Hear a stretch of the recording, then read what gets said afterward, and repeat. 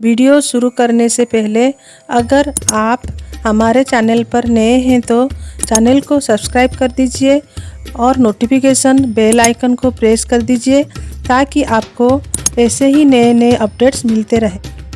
नमस्कार दोस्तों, आज मैं आप सबको बताने जा रही हूँ बाल गणेश और चंद्रमा की कहानी। हर किसी को मालूम है कि गणेश जी को मोदक और मिठाई कितनी पसंद है।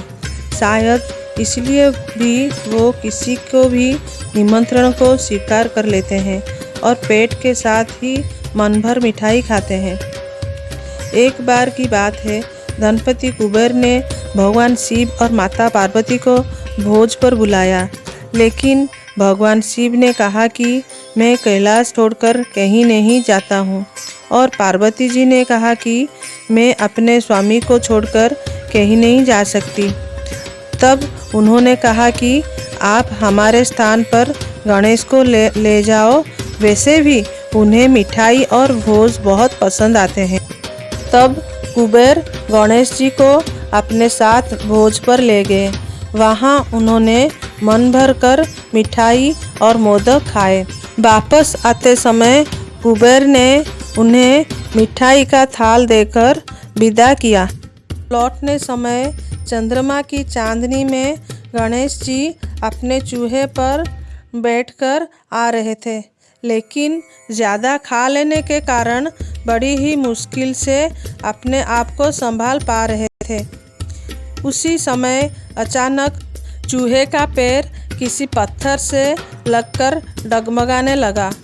इससे गणेश जी चूहे के ऊपर से गिर गए और पेट ज़्यादा भरा होने के कारण अपने आप को संभाल नहीं सके और मिठाइयाँ भी यहाँ वहाँ गिर गई। ये सब चंद्रदेव ऊपर से देख रहे थे। उन्होंने जैसे ही गणेश जी को गिरता देखा तो अपनी हंसी रोक नहीं पाए और उनका मजाक उड़ाते हुए बोले कि जब खुद को संभाल नहीं सकते तो इतना खाते क्यों हो। चंद्रमा की बात सुनकर गणेश जी को गुस्सा आ गया। उन्होंने सोचा कि घमंड में चूर होकर चंद्रमा मुझे उठाने के लिए किसी प्रकार की सहायता नहीं कर रहा है और ऊपर से मेरा मजाक उड़ा रहा है।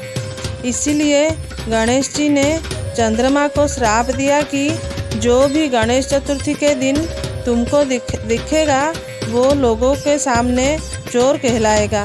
ये बात सुनकर चंद्रमा घबरा गए और सोचने लगे कि फिर तो मुझे कोई भी नहीं देखेगा। उन्होंने शीघ्र ही गणेश जी से माफ़ी मांगी।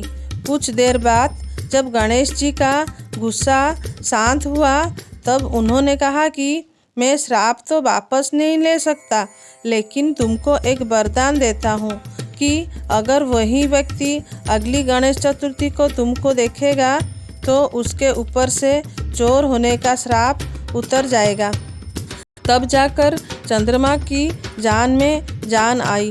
इसके अलावा एक और कहानी सुनने में आती है कि गणेश जी ने चंद्रमा को उनका मजाक उड़ाने पर श्राप दिया था कि वो आज के बाद किसी को दिखाई नहीं देगी।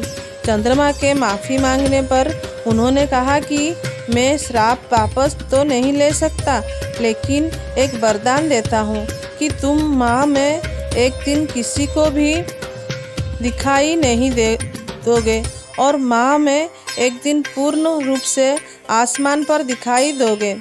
बस तभी से चंद्रमा पूर्णिमा के दिन पूरी दिखाई देती है और अमावस्या के दिन नज़र नहीं आती।